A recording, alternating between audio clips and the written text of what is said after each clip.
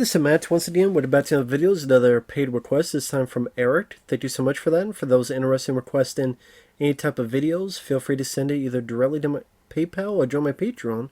Both links are down below in the info box. And Eric actually wanted me to watch and review his 20-minute short film called Serenade. Now, Eric Albert Brandstrom directed this. He also starred in it, as well as Betty Woods. It was shot on an iPhone with an 8mm app. And I thought this was pretty good. I actually thought this was pretty decent. At the very least, it was telling a story. I thought Eric actually did a decent job acting-wise. Actually tried to create a bit of a mood. I did not mind the 8mm app look of it. What I mean by it trying to tell a story, at least it wasn't just random, boring nothingness. At least it was, okay, this guy that works at an antique shop, he's driving one day, he finds his old record player thing, brings it to his shop, cleans it up, looking at these records, finds that one of them has a name on it, starts playing it, and weird things start happening where there's his voice and there's crying, and then he looks a bit further with the other records and he finds like weird satanic drawings and a picture of a blindfolded woman and try to figure out what the deal is. Even at one point finds hair. I don't know if it's supposed to be a wig or the girl's actual hair that was like cut off. I guess it's supposed to be her hair. I don't know why it'd be a wig now that I think about it. I'm like, did she get scalped or did someone just cut the hair off? Because I didn't see any blood, so I didn't know if like the girl got scalped, the lady got scalped, or it was just, hair cut off. And I don't want to give too much away. For those who want to see it, I'll put the link down below.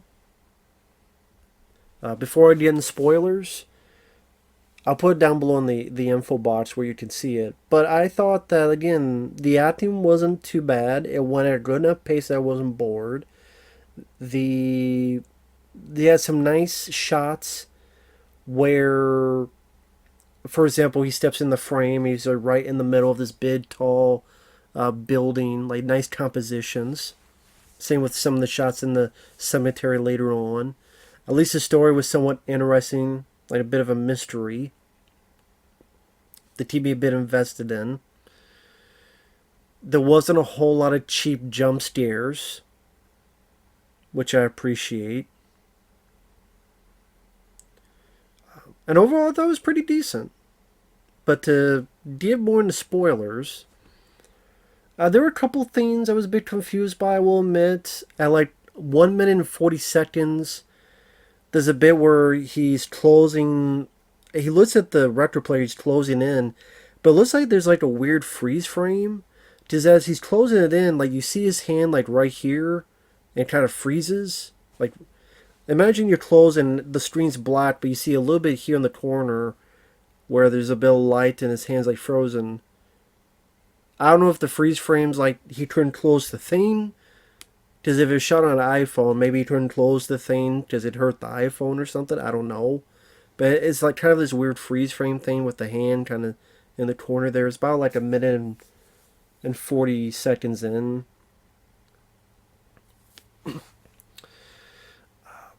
I like some of the details, like there's an upside down cross on it and he's trying to rub it off, but it doesn't come off. One thing that I was a bit confused by, there was, when he's looking at the antique store, and he's on the phone with someone, but I hear, like, very softly someone talking in the background. I don't know if that was a neighbor talking, or didn't sound like a TV. But he has one of those old school phones, he's talking, but then like in the background, it's not to someone on the phone, but on the background it's like a lady talking. So I don't know if that was a neighbor that was just talking loud, and because that does happen a lot, trust me. But I don't know. So I didn't know, well, unless I was hearing things. And like I said, this is spoilers. So he finds satanic drawings, a picture of a blindfolded woman. And I kind of like I did the mystery of what's going on with this record player and trying to get these clues uncovered. And the hair, I don't know if the lady was scalped or if just someone just cut the hair and put it in there. And he plays the record, and it's music, but then there's crying, and seems like she died on the record. And at one point, she finds this article, "Missing Woman Feared Dead." So he calls someone, "I got information." But then he's at a cemetery. Now, I don't know if were there clues there to find the dead body? Did they find the dead body? If so, how did they find the dead body? Because, I mean, okay, you have a picture of a woman blindfolded, you have hair. I'm just not sure, because the next thing he's at a cemetery. Or is he just there because he found out who the woman was? And then the woman is like crying on the radio. Doesn't seem like a downbeat ending. It's not a jump scare ending. Does the lead guy doesn't die? But I don't know if that means the girl's going to keep haunting him forever until you find my dead body, you bitch. Or was that her saying she must not be at peace because she's crying? I mean, unless she's happy crying, the happy tears. Although I do like the song choice, "Too Many Teardrops." I do like that because this girl cried enough. There are too many teardrops. So is the lady not at peace? She'll never be at peace? Can they not find her body? It does leave some questions unanswered. Maybe that was the whole point of it. So there was a few stuff that I do question, but I will say, and I say this with all truthfulness, this was a fuckload better than Skinamarink.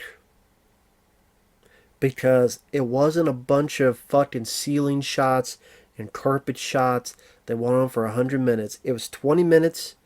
It was fast paced. It wasn't boring. Again, some of the compositions were nicely done. The mystery seemed a bit interesting. I would like to have learned more. Like maybe there's some kind of info that maybe led to a location. Right, you would have called the cops, but